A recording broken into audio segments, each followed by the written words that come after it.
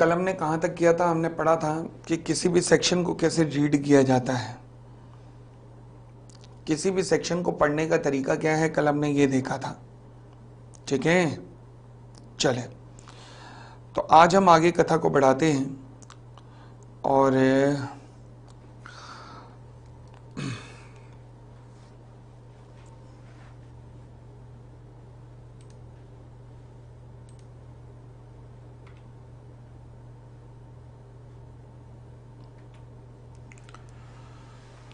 चलो जी, आज हम चलो जी अब हम आगे बढ़ना शुरू करते हैं। और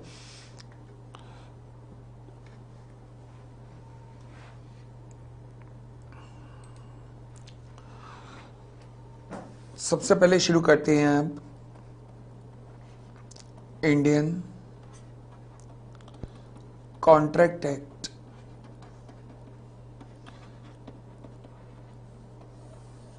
1872।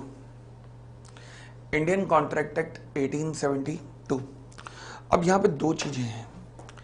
1872 का मतलब क्या है? जैसे मैंने पहले समझाया अभी कि 2013 का मतलब क्या था कि राष्ट्रपति के साइन हुए होंगे। बट 1872 में हमारे कौन से राष्ट्रपति होते थे भैया?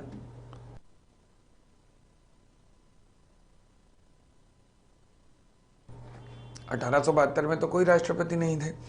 तो फिर उस टाइम किसने साइन किए होंगे? वो जो ब्रिटिश हुकूमत थी ना, वो यहां पर साइनिंग अथॉरिटी अपॉइंट करती थी एक, जिन्हें वॉइस रॉय कहा जाता था। तो वो लोग यहां पर साइन करते थे। ठीक है ना? तो 1872 में यहां पर ब्रिटिश रिप्रेजेंटेटिव ने साइन किए होंगे। रिप्रेजेंटेटिव इनके साइन होंगे। अच्छा, फिर अब यहां पर वर्ड लिखा है इंडियन, तो वर्ड इंडियन के लिखा है कि इंडियन कॉन्ट्रैक्ट एक्ट। इसके पीछे का भी रहस्य देखो। जब हमारे पास 1872 में कॉन्ट्रैक्ट एक्ट था ना, तो वो केवल कॉन्ट्रैक्ट एक्ट था, वो इंडियन कॉन्ट्रैक्ट एक्ट नहीं होता था। तो उसका नाम था कॉन्ट्रैक्ट एक्ट 1872। परंतु फिर क्या हुआ? 1930 के अंदर, इन 1930, इस कॉन्ट्रैक्ट एक्ट में से एक सर्टेन पोर्शन उठा के अलग कर दिया गया, कुछ सेक्शंस उठा के अलग कर दिए गए। मतलब मैं कह सकता हूं एक किताब में से कुछ पेजेस फाड़ के अलग कर दिए गए, और वो जितने पेजेस फटे उनसे एक किताब बनी अलग, जिसका नाम बना सेल्स ऑफ गुड्स एक्ट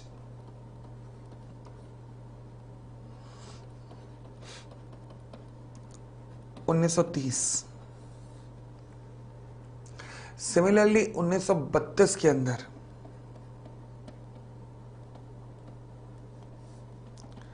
दोबारा किताब को फाड़ा गया, और इस बार वही कॉन्ट्रैक्ट एक्ट की किताब को दोबारा से फाड़ा गया, और इस बार फाड़कर कुछ पन्नों को दोबारा अलग किया गया, और जो ये पन्ने अलग किए गए थे उनसे एक नई किताब बन गई। यानी कॉन्ट्रैक्ट एक्ट में से ही देख रहे हो किताबें फट रही हैं।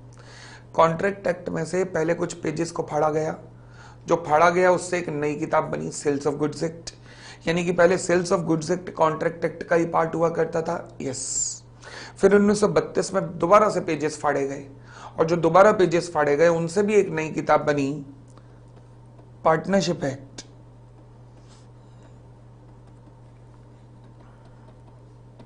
1932। तो यानी कि पहले पार्टनरशिप भी कॉन्ट्रैक्ट एक्ट का पार्ट हुआ करती थी। यस।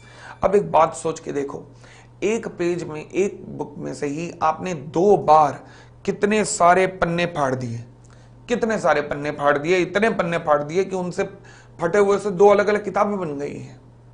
तो अब जो बचा वो किसी बेकार की बुक लग रही होगी कि मतलब बीच में से फटी हुई, फिर थोड़ी देर चले फिर बीच में से फटी हुई, ऐसी बुक नजर आ रही होगी। लॉ मेकर ने कहा कि अब ये जो फटी हुई बुक है इसे हम दोबारा से बाइंड करते हैं। तो 1947 के अंदर जब हमारा देश आजाद हुआ, तो पार्लियामेंट के अंदर जो बचा हुआ कॉन्ट्रैक्ट एक्ट था वो पास किया गया। Parliament passed remaining contract act, जो रिमेनिंग कॉन्ट्रैक्ट एक्ट था उसे अप्रूव किया गया। तो इसलिए क्योंकि भारत की संसद ने अब उसे अप्रूव किया तो हमने वर्ड जोड़ा इंडियन, बट हमने अपना कोई एडिशन नहीं किया, उसमें अपना कोई दिमाग नहीं लगाया। कॉन्ट्रैक्ट एक्ट वही का वही था जो कि 1872 में हमने इंग्लैंड से लिया था, तो नाम इसलिए कॉन्ट्रैक्ट एक्ट 1872 रखा गया। वर्ड इंडियन क्यों? क्योंकि इस बार पार्लियामेंट ने पास किया। 1872 क्यों? क्योंकि हमने कानून नहीं बनाया, हमने इंग्लैंड का ही कॉपी किया। ठीक हो गई इतनी बात? तो इसलिए नाम दिया गया इंडियन कॉन्ट्रैक्ट एक्ट। अब सबसे क्रूशियल सवाल पे आता हूं, वो क्या? कॉन्ट्रैक्ट का मतलब क्या होता है? चलिए कॉन्ट्रैक्ट के मतलब पे आते हैं। यहां तक क्लियर? डन का मैसेज दे दो मुझे यहां तक भाई, डन का मैसेज दे दीजिए यहां तक।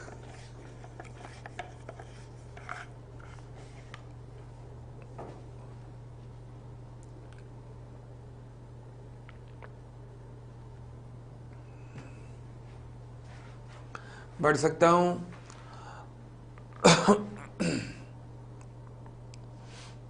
चले लिखिएगा meaning of contract. Meaning of contract. Contract का मतलब क्या होता है? कॉन्ट्रैक्ट का मतलब क्या होता है? तो लिखिएगा as per section 2 clause H of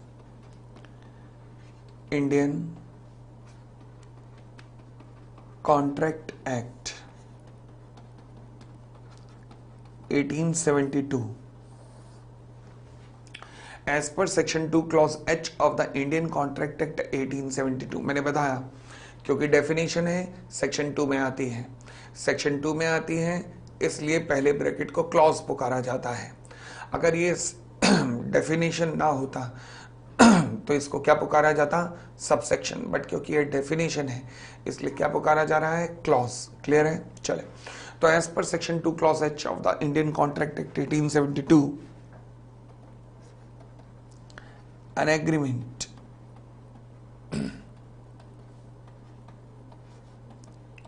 enforceable by law is a contract। कोई भी एग्रीमेंट जो कि इन्फोर्सेबल बाय लॉ है वो कॉन्ट्रैक्ट कहलाता है। ये बड़ी अजीब डेफिनेशन है भाई साहब। यानी कि अब कॉन्ट्रैक्ट समझने के लिए मुझे समझना पड़ेगा N agreement enforceable by law. ये क्या है? तो कुछ भी समझ नहीं आया। मतलब मैं कह सकता हूं कि अगर कॉन्ट्रैक्ट क्या है समझना है तो मुझे पहले कोई ये समझा दे कि एग्रीमेंट क्या होता है और दूसरा इन्फोर्सेबल बाय लॉ क्या होता है। बाकी शब्द तो अंग्रेजी के मैंने सुने हुए हैं, मैं समझ लूंगा, मगर इन दो शब्दों का मतलब समझा दो, एग्रीमेंट क्या होता है और इन्फोर्सेबल क्या होता है। तो यानी कि मैं कह सकता हूं कि कॉन्ट्रैक्ट में दो जरूरी एलिमेंट हैं। कॉन्ट्रैक्ट के अंदर दो जरूरी एलिमेंट हैं। देखो कॉन्ट्रैक्ट की डेफिनेशन ना उस कहानी की याद दिलाती है जो बचपन में सुनी थी। वो कौन सी? कि एक बुजुर्ग आदमी था, उसके पास ना लकड़ियां पड़ी थी, तो अपने अंतिम समय उसने अपने चारों बच्चों को बुलाया और कहा लकड़ियों का बंडल देते हुए कि इन लकड़ियों को तोड़ो। तो सबसे पहले बेटे ने ट्राई किया, लकड़ी का बंडल नहीं टूटा, दूसरे ने ट्राई किया नहीं टूटा, तीसरे ने ट्राई किया नहीं टूटा, चौथे ने क्या किया? एक एक लकड़ी अलग निकाली और एक एक लकड़ी अलग निकाल के तोड़ने लगा। जब एक एक लकड़ी अलग निकाल के तोड़ी गई तो सारी लकड़ियां टूट गई थी। हाँ, फिर मैडम ने बताया था कि इस कहानी से हमें यह प्रेरणा मिलती है कि एकता में बड़ा बल मिलता है, एकता में बड़ा बल होता है, यही पता लगा था। सिमिलरली सेम कॉन्सेप्ट लॉ की डेफिनेशन पे भी अप्लाई होता है, ध्यान रखना। लॉ की डेफिनेशन की एकता में बड़ा बल होता है। जब तक वो डेफिनेशन एक है तब तक उसमें बड़ी ताकत है लॉ की डेफिनेशन में। अगर लॉ की डेफिनेशन को तोड़ना है, समझना है, तो उसे अलग अलग करके पढ़ना चाहिए हमेशा। तो इसलिए हर डेफिनेशन जब हम लॉ में पढ़ेंगे ना तो डेफिनेशन लिखने के बाद उसके अलग अलग पार्ट्स को पढ़ना शुरू करेंगे, ताकि अकेले उस डेफिनेशन को पढ़ा तो वो समझ नहीं आती कभी भी। इसलिए उसकी एकता में बड़ा बल होता है, इसलिए उसे अलग अलग करके तोड़ना पड़ेगा हमें भी। ठीक है ना? चले तो हमने कहा जी an agreement enforceable by the law is a contract. कोई भी एग्रीमेंट जो इन्फोर्सेबल बाय लॉ है वो क्या है जी, कॉन्ट्रैक्ट कहलाता है। अच्छा, सबसे पहली चीज मुझे कोई समझा दे 10 कॉन्ट्रैक्ट इन्वॉल्व।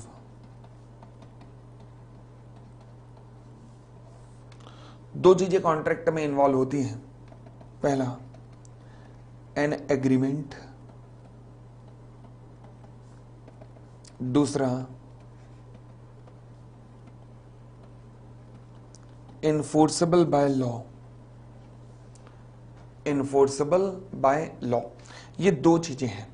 अब मुझे इन दोनों का मतलब समझना है, तो पक्की बात बता रहा हूं कि मुझे कॉन्ट्रैक्ट का मतलब भी समझ आ जाएगा। अगर ये दो चीजें मुझे समझ आ गई तो मुझे कॉन्ट्रैक्ट का मतलब भी समझ आ जाएगा। चलिए अब मैं पहली चीज समझना शुरू करता हूं, एग्रीमेंट का मतलब क्या होता है। लिख लिया यहां तक, लिख लो।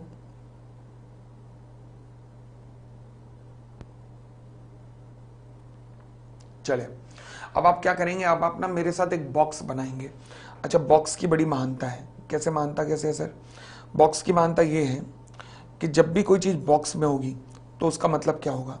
बॉक्स में किसी भी चीज का मतलब होगा कि ये हम लॉ को समझने का काम कर रहे हैं, परंतु बॉक्स का मतलब ये बिल्कुल नहीं है कि ये पेपर में लिखना है। नहीं, डब्बा है ये, डब्बे का मतलब है कि ये हमें समझने में मदद कर रहा है, किसी कॉन्सेप्ट को समझने में मदद कर रहा है। Not to be quoted for exam. Exam में वो कोट करना है जो मैं आपको लिखवा रहा हूं। तो ये जो मैं चीजें लिखवा रहा हूं, नोट्स बनवा रहा हूं, ये आपको फिर किसी बुक से पढ़ने की जरूरत नहीं पड़ेगी, including my book as well. आप केवल इन कॉपीज को, इन नोट्स को रेफर कर सकते हैं एग्जाम पर्पज से। बट एग्जाम में नोट्स नहीं लिखना, ये बॉक्स नहीं लिखने, क्योंकि बॉक्स केवल आपके समझने के लिए, आपके अंडरस्टैंडिंग के लिए है। ठीक है, तो इस बॉक्स का हमेशा नाम देंगे हम analysis box, not to be quoted in exam. इस बॉक्स का कंटेंट कभी भी एग्जाम में नहीं लिखना। इस बॉक्स का कंटेंट आपको एग्जाम में नहीं लिखना है। ठीक है जी, अब सुनिएगा जी, मैं क्या समझने चला हूं, एग्रीमेंट का मतलब क्या होता है। एग्रीमेंट, तो देखते जी एग्रीमेंट क्या होता है। ये कोई व्यक्ति है राम,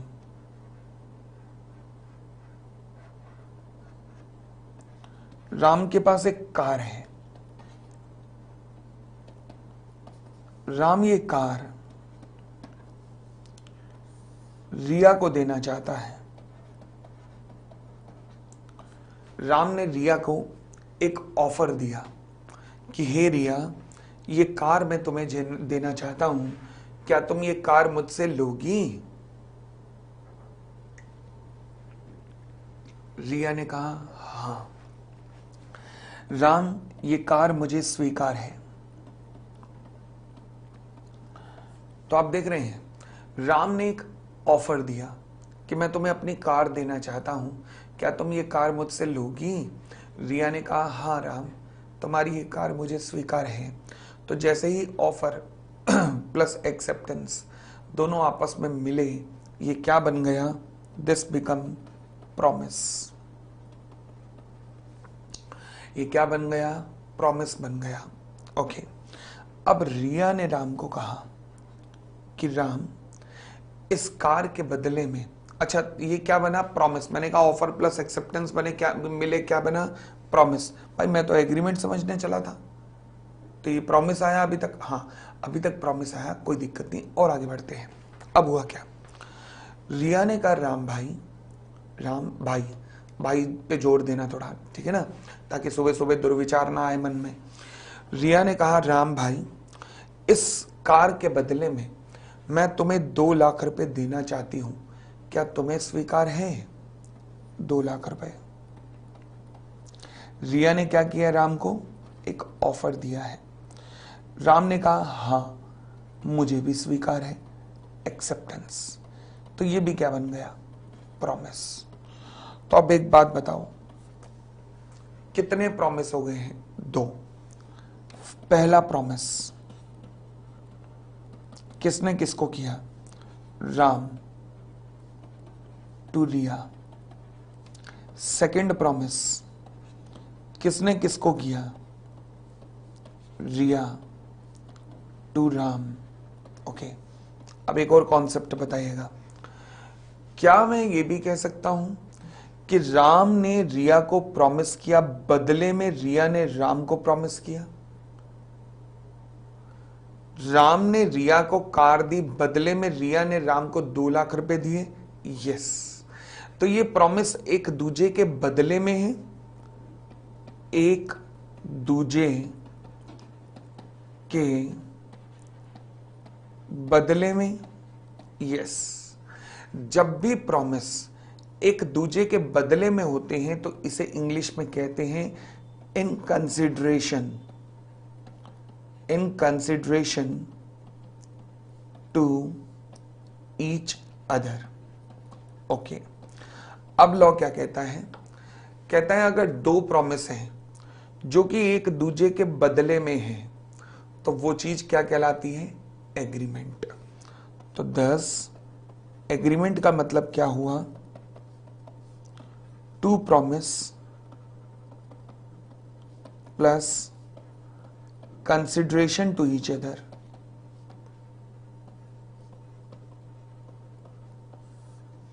दो प्रॉमिस जो कि एक दूसरे के कंसिडरेशन में हैं वो क्या कहलाता है? एग्रीमेंट कहलाता है। यहां तक क्लियर? तो डन का मैसेज दे दो मुझे जरा।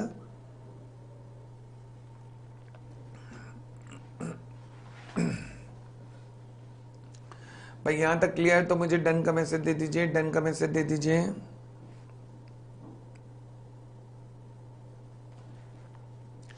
दो प्रॉमिस जो कि एक दूसरे के बदले में इशू किए जाएं वो क्या कहलाते हैं? वो कहलाते हैं एग्रीमेंट। तो चलिए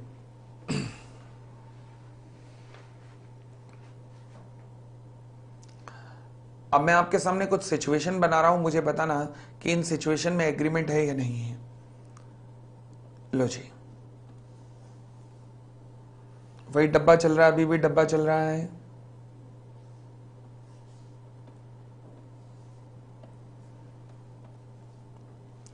डिसाइड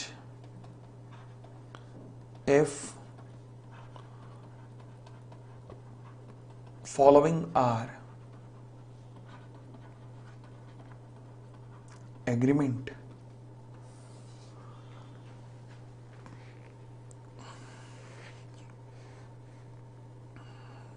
अब आपको बताना है कि ये जो नीचे दिए गई सिचुएशंस हैं इनमें एग्रीमेंट है या नहीं है।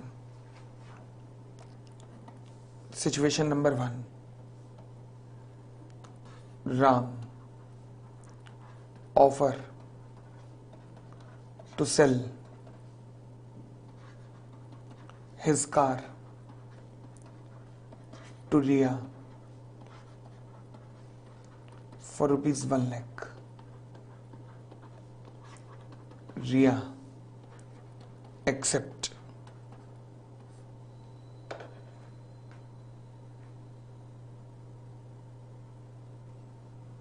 ठीक है, दूसरा पॉइंट है,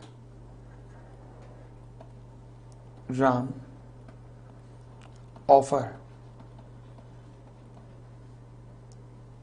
to transfer his car to Riya। तीसरा, Ram offer to sell, to transfer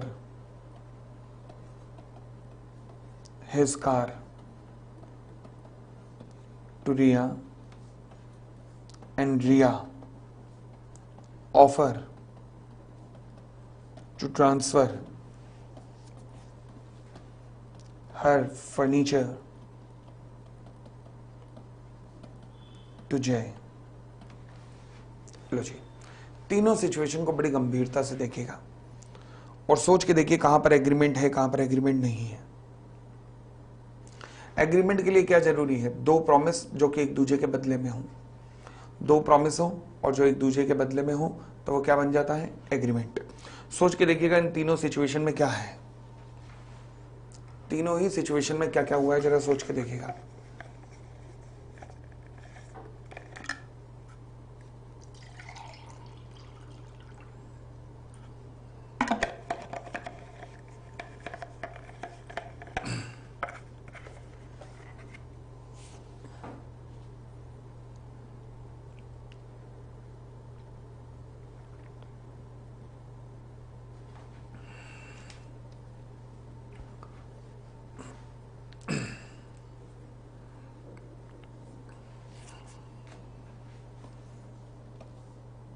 जी, आइएगा पहली सिचुएशन। राम ने कहा रिया को कि रिया मैं तुम्हें क्या देना चाहता हूं, अपनी कार, और बदले में रिया क्या दे रही है, 1,00,000 रुपए। रिया भी तो दे रही है ना कुछ। राम अगर कार दे रहा है तो रिया 1,00,000 रुपए दे रही है, तो इसका मतलब एग्रीमेंट है। यस, डज एग्रीमेंट, क्योंकि दोनों एक दूसरे के बदले में कुछ दे रहे हैं। राम कार दे रहा है, रिया 1,00,000 रुपए दे रही है। Second, Ram offer to transfer his car to Riya. अब राम अपनी कार रिया को दे रहा है, बस रिया बदले में कुछ दे ही नहीं रही, यानी कि ओनली वन प्रॉमिस, बदले में कोई कंसिडरेशन नहीं है। दस नो एग्रीमेंट, दस नो एग्रीमेंट, तो कोई भी एग्रीमेंट नहीं हुआ ये तो, क्योंकि एक ही तो प्रॉमिस है, और एक प्रॉमिस है तो एग्रीमेंट हुआ नहीं, क्योंकि एग्रीमेंट के लिए मुझे कम से कम 2 प्रॉमिस चाहिए थे, और 2 प्रॉमिस भी कैसे चाहिए, एक दूसरे के बदले में चाहिए। राम ऑफर टू ट्रांसफर इस कार टू रिया। राम कहता है कि मैं अपनी कार रिया तुम्हें देना चाहता हूं, ठीक है जी। अब रिया क्या कर रही है, अपना फर्नीचर उठा के जय को देना चाह रही है, फर्नीचर। मैं मान लेता हूं कि 2 प्रॉमिस है। पहला प्रॉमिस राम ने रिया को किया, मैंने कहा जी 2 प्रॉमिस है। पहला प्रॉमिस राम ने रिया को किया, दूसरा प्रॉमिस रिया ने जय को किया। Getting it? पहला प्रॉमिस राम ने रिया को किया, दूसरा प्रॉमिस रिया ने जय को किया। 2 प्रॉमिस हैं, बट मुझे एक बात बताइए, क्या ये एक दूसरे के बदले में है? बताओ जी, फटाफट सोच समझ के बताओ, क्या ये एक दूसरे के बदले में है?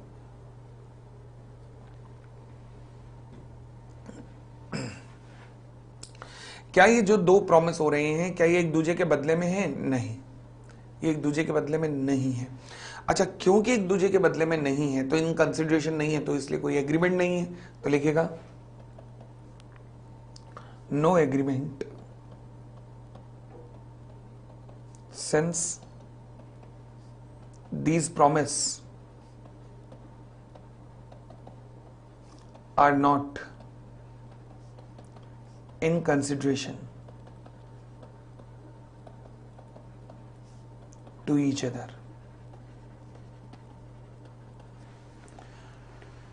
क्योंकि एक दूसरे के बदले में नहीं है।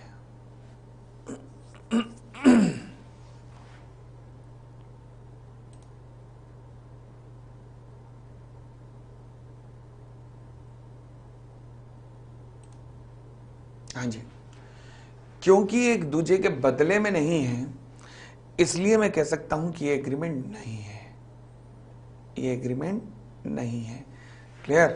क्यों? क्योंकि मैंने अभी पढ़ा कि मैंने कहा जी एग्रीमेंट के लिए क्या होना चाहिए, 2 प्रॉमिस जो कि एक दूसरे के बदले में हो, in consideration to each other हो। लो जी, तो कोई भी एग्रीमेंट नहीं है क्योंकि एक दूसरे के बदले में नहीं है। राम रिया को कुछ दे और रिया राम को कुछ दे, उसे कहते हैं बदले में होना। बट राम रिया को कुछ दे रहा है, रिया बदले में जय को कुछ दे रही है, ये एक दूसरे के बदले में थोड़ी ना है। तो चलिए, अब हम एग्रीमेंट की डेफिनेशन करने की परिस्थिति में आ चुके हैं कि अब हम एग्रीमेंट की डेफिनेशन कर सकें। तो आइएगा एग्रीमेंट की डेफिनेशन करना शुरू करते हैं। Meaning of agreement.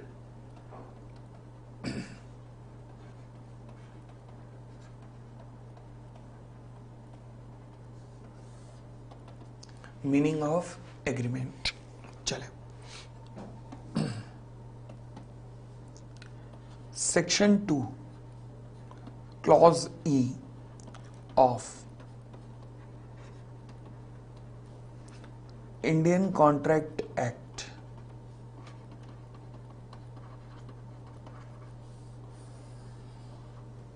1872।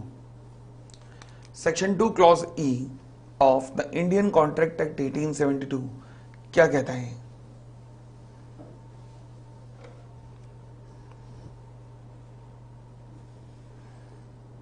कहता है जी every promise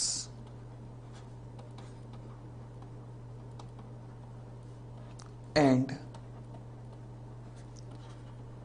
every set of promise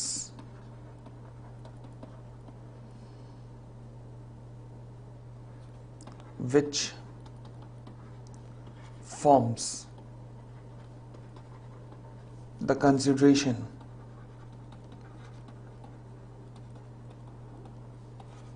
for each other is an agreement. लो जी, पढ़ के देखो एक बार दोबारा से डेफिनेशन को, क्या कहता है?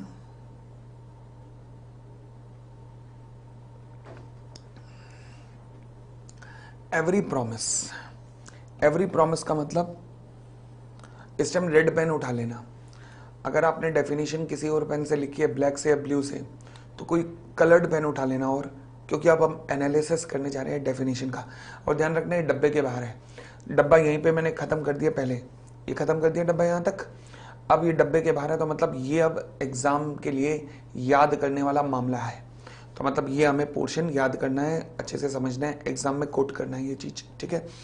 एवरी प्रॉमिस का मतलब है फर्स्ट प्रॉमिस, किसी और पेन से लिखना ताकि पता रहे कि अब हम समझ रहे हैं।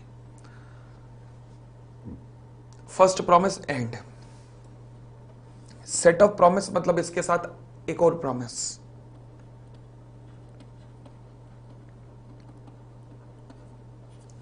Which form the consideration for each other, जो एक दूसरे के बदले में हो,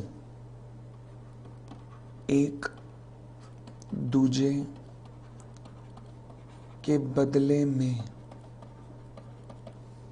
तो ये क्या कहलाते हैं? एग्रीमेंट कहलाते हैं। तो पहला प्रॉमिस मतलब वर्ड क्या है? Every promise. पहले प्रॉमिस के साथ दूसरा प्रॉमिस मतलब एवरी सेट ऑफ प्रॉमिस, जो एक दूसरे के बदले में हो in consideration to each other, वो क्या कहलाता है? एग्रीमेंट कहलाता है। कोई दिक्कत नहीं, आई होप। तो पहली चीज हे भगवान जाके मुझे क्लियर हुई कि एग्रीमेंट क्या होता है। तो पहली चीज मुझे क्लियर हो गई आज कि एग्रीमेंट क्या होता है। अब मुझे दूसरी चीज कोई समझा दे कि इन्फोर्सेबल क्या होता है, तो पक्की बात है कि मुझे समझ आ जाएगा कि एग्रीमेंट का मतलब क्या होता है, सॉरी कॉन्ट्रैक्ट का मतलब क्या होता है। क्योंकि कॉन्ट्रैक्ट में दो चीजें होती थी, याद है? कॉन्ट्रैक्ट में कितनी चीजें होती हैं? दो। पहली चीज एग्रीमेंट, अब मैं समझ चुका हूं एग्रीमेंट का मतलब दो प्रॉमिस जो एक दूसरे के बदले में हो। अब मुझे क्या समझना है? Enforceable by law. तो अगर मुझे इन्फोर्सेबल बाय लॉ भी समझ आ गया तो पक्की बात है कि मुझे कॉन्ट्रैक्ट समझ आ जाएगा। तो आइए इन्फोर्सेबल बाय लॉ क्या होता है अब वो देखना शुरू करते हैं। Meaning of enforceable by law, तो देखिएगा meaning of enforceable by law का मतलब, meaning of enforceable by law, जे क्या मतलब है इसका? देखना शुरू करते हैं, लिखिएगा मेरे साथ। It means an intention on part of both parties to sue each other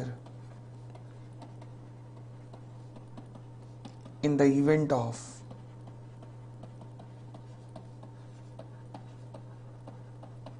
default। Enforceable bye law का मतलब क्या है? इट मीन्स एन इंटेंशन,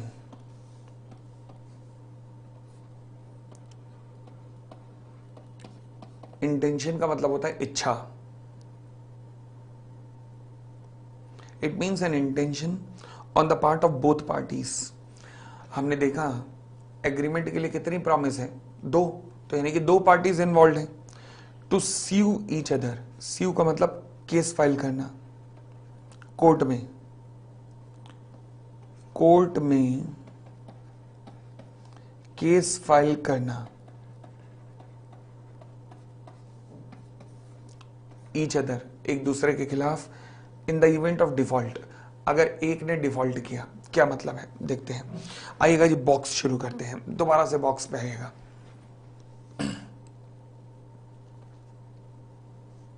लो जी, हाँ जी हम बॉक्स की तरफ आ गए हैं। अब हम इनफोर्सेबल समझने जा रहे हैं। Meaning of enforceable,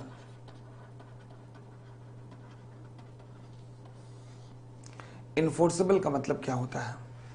meaning of enforceable, enforceable का मतलब क्या होता है, चलिए देखते हैं।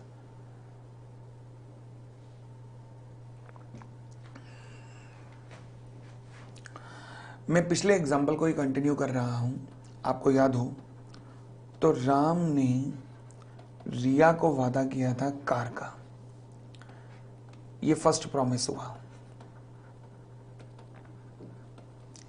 सेकंड प्रॉमिस क्या हुआ, रिया ने राम को वादा किया 2 लाख रुपए का। ओके, तो 2 प्रॉमिस हुए। पहला प्रॉमिस राम ने रिया को किया, दूसरा प्रॉमिस रिया ने राम को किया। 2 प्रॉमिस हुए, और ये कैसे हुए, एक दूसरे के बदले में हुए। ठीक है जी, तो हमने कहा एग्रीमेंट है। बट अब क्या बना, situation number 1, situation number 2। Okay, Ram ने जो कार देनी थी वो डिलीवर्ड कर दी, रिया ने 2 लाख रुपए देने में डिफॉल्ट कर दिया।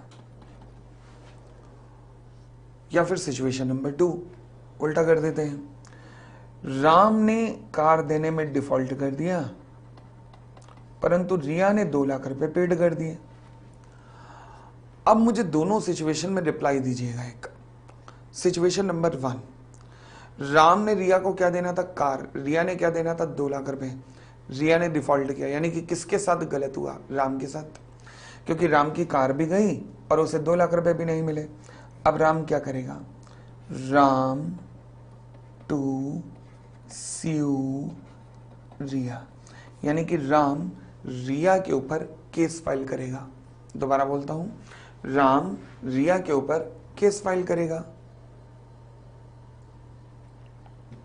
ठीक है, क्या राम रिया के ऊपर केस फाइल करेगा, जी हां। अब इस केस का नाम क्या बनेगा, इस केस का नाम बनेगा राम वर्सेस रिया। क्या बना, राम वर्सेस रिया। लॉ में इस केस का नाम क्या कहा जाएगा, राम वर्सेस रिया। राम वो है जिसने केस फाइल किया, राम को नाम दिया जाता है लॉ में प्लेंटिफ, और रिया वो है जिस पे केस फाइल हुआ, रिया को नाम दिया जाता है डिफेंडेंट। तो प्लेंटिफ वर्सेस डिफेंडेंट, ये केस हुआ। अब इस सिचुएशन में बताइएगा किसके साथ गलत हुआ, रिया के। तो क्या मैं कह सकता हूं, रिया टू स्यू राम। अब रिया राम पे केस करेगी, हां, केस का नाम बताइएगा, रिया वर्सेस राम। केस का नाम क्या बना, रिया वर्सेस राम। ठीक है, तो अब प्लेंटिफ कौन हो गई है, रिया, प्लेंटिफ, और डिफेंडेंट कौन है, राम, डिफेंडेंट। ओके, अब मुझे एक बात बता दीजिएगा, अब एक मुझे बात बता दीजिए, पहले यहां तक लिख लो।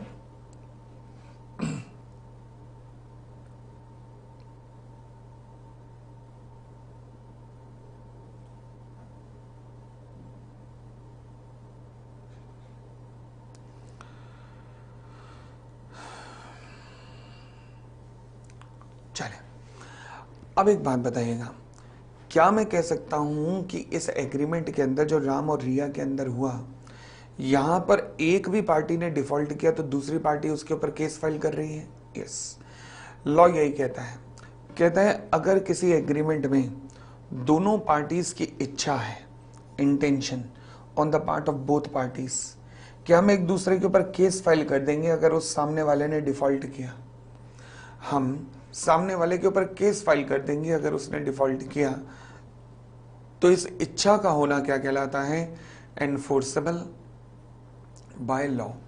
तो दोबारा बोलता हूं, इनफोर्सेबल बाय लॉ का मतलब है इच्छा का होना, एक दूसरे के ऊपर केस फाइल करने की इच्छा का होना। ठीक है, चले, अब एक सवाल जो आपके दिमाग में आ सकता है यहां पर वो ये कि सर हमें कैसे पता लगेगा कि उनकी इच्छा है या नहीं केस फाइल करने की। भाई हम ज्योतिष थोड़े ना है, या फिर हमारे घर के बाहर बोर्ड थोड़े ना लगा है कि हर प्रकार का वशीकरण, तंत्र मंत्र से छुटकारा, सोतन से छुटकारा, ऐसे तो बोर्ड लगे नहीं है हमारे घर पे। तो हमें कैसे पता लगेगा कि ये इनकी केस फाइल करने की इच्छा है या नहीं है?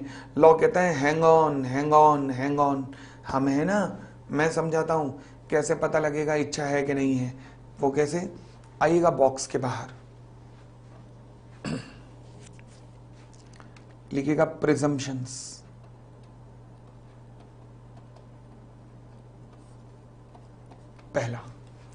पहली प्रिजम्पशन, लॉ कहता है in every commercial agreement, comma, intention to sue is present, okay, and दूसरा in every social agreement, comma, intention to sue is missing। लिख लो जी, बस यहां से हमें सब क्लैरिटी मिल जाएगी कि एक दूसरे के ऊपर केस फाइल करने की इच्छा है या नहीं है। कैसे मिल जाएगी क्लैरिटी, देखते हैं। लिखो,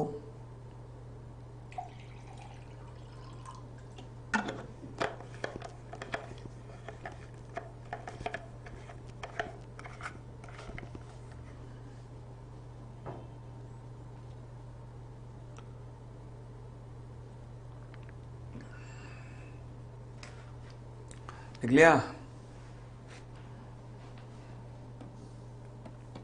चले, तो प्रिजम्पशंस क्या है? इन एवरी कमर्शियल एग्रीमेंट, जब जब कोई भी कमर्शियल एग्रीमेंट होगा या फिर बिजनेस एग्रीमेंट होगा,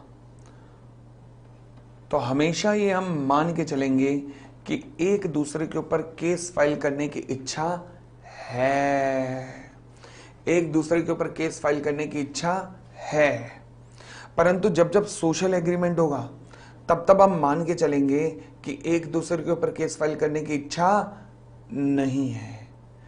एक दूसरे के ऊपर केस फाइल करने की इच्छा नहीं है। अच्छा, यानी कि जब जब बिजनेस एग्रीमेंट होंगे, आप मार्केट में फर्नीचर खरीदने गए, आप मार्केट से अलमीरा खरीदने गए, आप मार्केट से कार खरीदने गए, तो जब जब ये कमर्शियल एग्रीमेंट हो रहे हैं, तब तब माना जाएगा एक दूसरे के ऊपर केस फाइल करने की इच्छा है। परंतु सोशल एग्रीमेंट के अंदर माना जाएगा कि केस फाइल करने की इच्छा बिल्कुल नहीं है। सोशल एग्रीमेंट क्या होते हैं, अभी एग्जांपल देता हूं। फिलहाल क्या मैं यहां से इतना एजम्पशन, इतना एक इंटरप्रिटेशन निकाल सकता हूं, इतना मतलब निकाल सकता हूं, अगर मैं आपसे कहूं कि क्या मैं कह सकता हूं कि इन कमर्शियल एग्रीमेंट,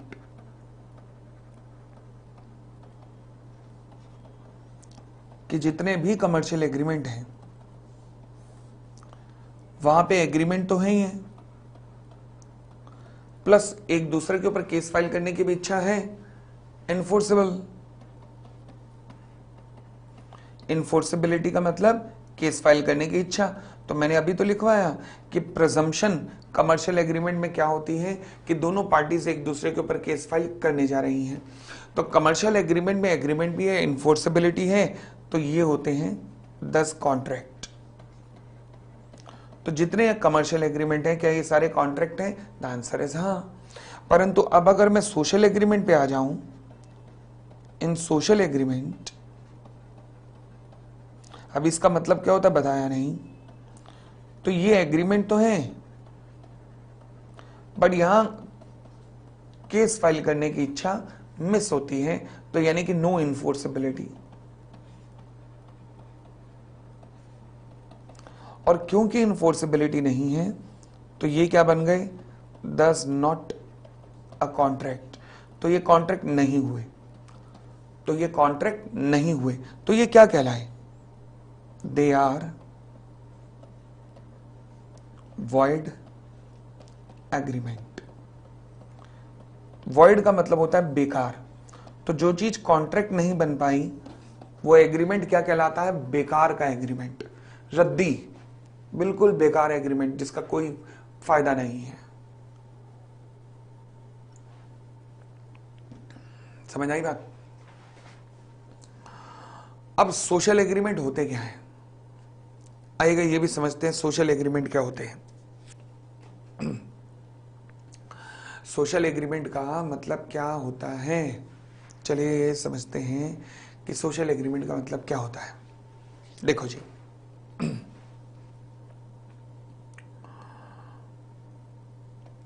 लिखना मत, वैसे ही समझना। ये मैं था, ये मेरी वाइफ थी। हुआ क्या, एक दिन जब मैं घर आया तो मेरी मैडम का कहना था, मेरी वाइफ का कहना था, सुबह से थका हुआ आया था, घर पे आया तो मैडम का कहना था कि सुनो जी आज एक गाना सुना दो। मैंने कहा ये बहुत बढ़िया हुआ, बंदा सुबह से थका हुआ शाम को घर आए, आते ही घर आके गाने लग जाए, वाह। कहने लगे नहीं, गाना तो आज आपको सुनाना ही होगा। मैंने कहा डार्लिंग ऐसा नहीं होता, थका हुआ आया हूं। कहने लगे ऐसे थोड़ा ना होता। मैडम ने कहा देखो शादी से पहले तो तुम पता नहीं कैसे कैसे वादे करते थे कि मैं तुम्हारी हर छोटी से छोटी इच्छा पूरी करूंगा, और एक छोटी सी इच्छा आई है वो भी पूरी नहीं कर पा रहे। अरे भाई साहब, मैंने कहा आज तो क्या किया जाए समझ नहीं आ रहा, गाना ही पड़ेगा लग रहा है। खैर मैंने क्या कहा मैडम को, मैंने कहा एक काम करो तुम मुझे एक गिलास पानी दे दो, मैं फिर गाना सुनाता हूँ। कहने लगी वादा रहा। मैंने कहा वादा है। दोनों ने एक दूसरे को वादा किया। मैंने क्या किया कि मैं गाना सुनाऊंगा, मैडम ने क्या किया कि मैं तुम्हें पानी दूंगी। तो यानी कि ये बन गया फर्स्ट प्रॉमिस, ये बन गया सेकंड प्रॉमिस। क्या मैं कह सकता हूं दोनों प्रॉमिस एक दूसरे के बदले में हैं? एक फर्स्ट प्रॉमिस एक सेकंड प्रॉमिस है, क्या मैं कह सकता हूं दोनों प्रॉमिस एक दूसरे के बदले में हैं? यस। जब दो प्रॉमिस और दोनों एक दूसरे के बदले में हो तो क्या ये एग्रीमेंट है? एग्रीमेंट है, 10 एग्रीमेंट। अब सोच के देखना, क्या ये पॉसिबल है कि मैडम मेरे लिए पानी का ग्लास लाई, मैंने पानी पिया और उन्होंने कहा चलो गाना सुनाओ, मैंने कहा अरे जाओ मैं नहीं सुना रहा। जैसे ही मैंने मना किया तो मेरी मैडम अब कोर्ट में चली जाएगी और कोर्ट में जाके जज साहब को कहेगी जज साहब मुझे नहीं पता, इस आदमी से गाना गवाओ। और वहां खड़ा हुआ मैं कोर्ट में गा रहा हूं, तूने मुझे बुलाया शेरावालिए, मैं आया शेरावालिए। क्या सही लग रहा है आपको? कोर्ट में खड़ा होकर जज के सामने मैं गाने गा रहा हूँ बोले, ये तो कमाल ही होगी भाई। तो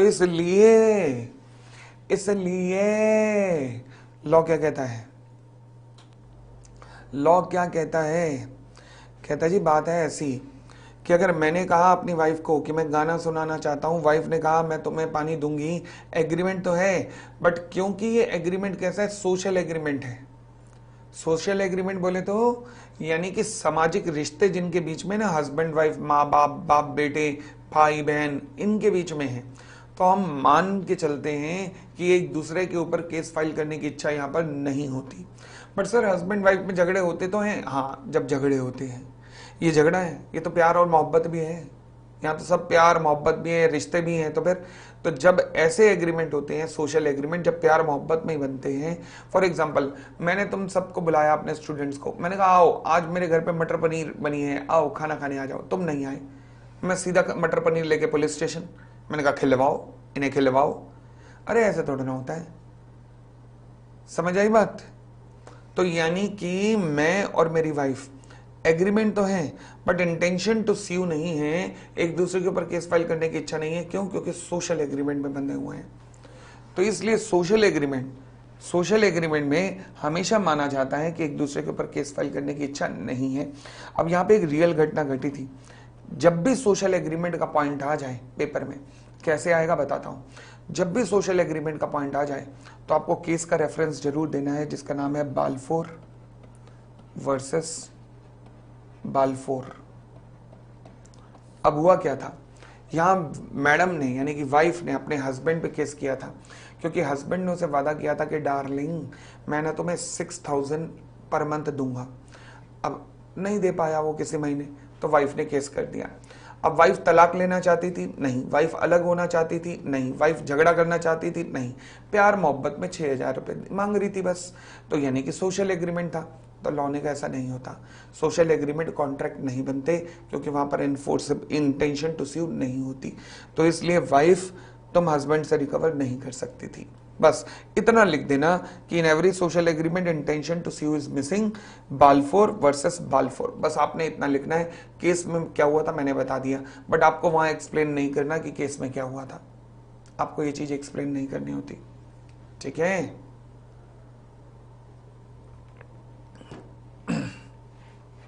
अब मुझे एक चीज बताना, क्या यहां से मैं कंक्लूजन निकाल सकता हूं? डब्बे में नहीं, बाहर ही हो, डब्बे के बाहर ही। वी मे कंक्लूड दैट, क्या सारे के सारे कॉन्ट्रैक्ट एग्रीमेंट में से ही आते हैं? आर एग्रीमेंट, क्या कॉन्ट्रैक्ट बनाने के लिए एग्रीमेंट होना जरूरी है? Yes, but all agreement, but सभी के सभी agreement are not necessarily contract, but सभी के सभी एग्रीमेंट कॉन्ट्रैक्ट हो ऐसा जरूरी नहीं है। दोबारा बोल रहा हूं, सभी के सभी कॉन्ट्रैक्ट एग्रीमेंट होते हैं, यस, बट क्या सारे के सारे एग्रीमेंट कॉन्ट्रैक्ट हो जाएं ऐसा जरूरी है? नहीं, क्योंकि ये भी पॉसिबल है कि कोई एग्रीमेंट अगर इन्फोर्सेबल नहीं है तो वो कॉन्ट्रैक्ट नहीं होगा, वो बेकार का एग्रीमेंट कहलाता है। यही हमने करा, यही तो किया।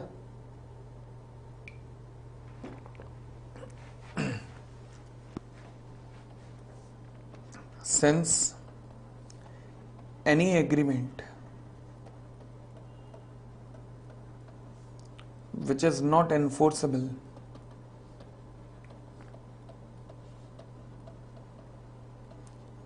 is not a valid contract, कोई भी एग्रीमेंट जो कि इन्फोर्सेबल नहीं है वो वैलिड कॉन्ट्रैक्ट नहीं होगा। फॉर एग्जाम्पल अभी तो किया सोशल एग्रीमेंट,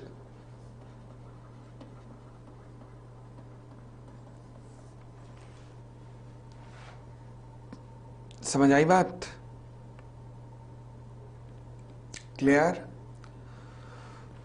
पेपर में 2 या 3 बार ये सवाल पूछा गया है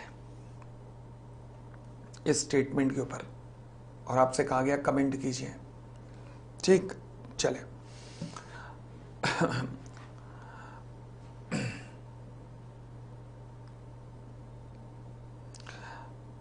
अब एक और पॉइंट, अगर मैं आपसे पूछूं क्या marriage is a valid contract, क्या मैरिज एक वैलिड कॉन्ट्रैक्ट होती है? तो आप क्या कहेंगे? क्या मैरिज एक वैलिड कॉन्ट्रैक्ट होती है, हाँ या ना? देखो, ये कॉन्ट्रैक्ट बनने के लिए 2 चीजें जरूरी हैं। पहला एग्रीमेंट, और दूसरा enforceable by law. Enforceable by law, अगर ये 2 चीजें मिल जाएं तो बनता है कॉन्ट्रैक्ट, इतना हम जानते हैं। हाँ, 2 चीजें, एक एग्रीमेंट मिल जाए प्लस दूसरा एनफोर्सेबल बाय लॉ मिल जाए। Okay, agreement plus enforceable by law मिलकर कॉन्ट्रैक्ट बनता है। अब मैरिज में क्या होता है, मान लीजिए ये मैं हूं, ये है नोरा, अपनी नोरा, नोरा फतेही, समझ गए?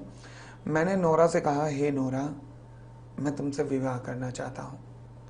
अच्छा, क्या नोरा क्या कहेगी? चल कोई बात नहीं, तो कर ले, बड़ा दिल कर रहा है, मैं नहीं कर रही। मगर अब ऐसा तो नहीं होगा, विवाह होना है तो आग दोनों तरफ लगी होगी, बोलो ना हाँ। तो यानी कि अगर मैं नोरा से मैरिज कर रहा हूं तो क्या नोरा भी मुझसे मैरिज कर रही है? हाँ भाई, जब मंगलम भगवान विष्णु मंगलम गरुड़ध्वजा मंगलम कुंडलिकाक्षाय मंगलाय तनो हरि, जब ये बोला जाएगा तो दोनों ही विवाह कर रहे हैं एक दूसरे से। हाँ, तो यानी कि दोनों एक दूसरे से विवाह कर रहे हैं, तो एग्रीमेंट हुआ, यस, डज एग्रीमेंट। ओके, अब अगला सवाल, क्या यहां इंटेंशन टू सीव है? सोचो, विवाह वाला दिन था, नोरा शादी के जोड़े में तैयार बैठी थी, मैंने फोन किया, मैंने कहा सॉरी नोरा मैं आ नहीं पाऊंगा। यहां चोट लगी होगी कि नहीं? उसके नोरा के यहां चोट लगी होगी कि नहीं लगी होगी? बिल्कुल लगी होगी। तो फिर यानी कि नोरा के यहां पर चोट लगेगी, नोरा को यहां चोट लगेगी, यस चोट लगी होगी, तो यानी कि वो मेरे ऊपर केस फाइल करेगी, यस। सिमिलरली शादी वाला दिन था, मैं घोड़ी पे बैठा हुआ था, नोरा का फोन आया, सॉरी मैं आ नहीं पाऊंगी, मैं विवाह कर नहीं पाऊंगी। क्या लड़कों का दिल नहीं होता? हमारे यहां किडनियां होती हैं या फेफड़े होते हैं? हमारा दिल नहीं है। तो अगर हमारा भी दिल है तो क्या वो दिल नहीं टूटा होगा? यस टूटा होगा। तो फिर मैं क्या करूंगा? मैं भी केस करूंगा। तो यानी कि सर अभी तो आपने बताया कि हस्बैंड वाइफ में केस नहीं होता। हाँ, हस्बैंड वाइफ में नहीं होता। ये हस्बैंड वाइफ है अभी, हम अभी कहां बने हस्बैंड वाइफ? और सोचो, क्या यहां दिल नहीं टूटे? टूटे हैं। तो यानी कि एक दूसरे के ऊपर केस फाइल करने की इच्छा भी है, यस। तो क्या मैरिज एक वैलिड कॉन्ट्रैक्ट है? The answer is yes. Box के अंदर बंद कर देना। तो ये थी जी आज की हमारी क्लास, ठीक है।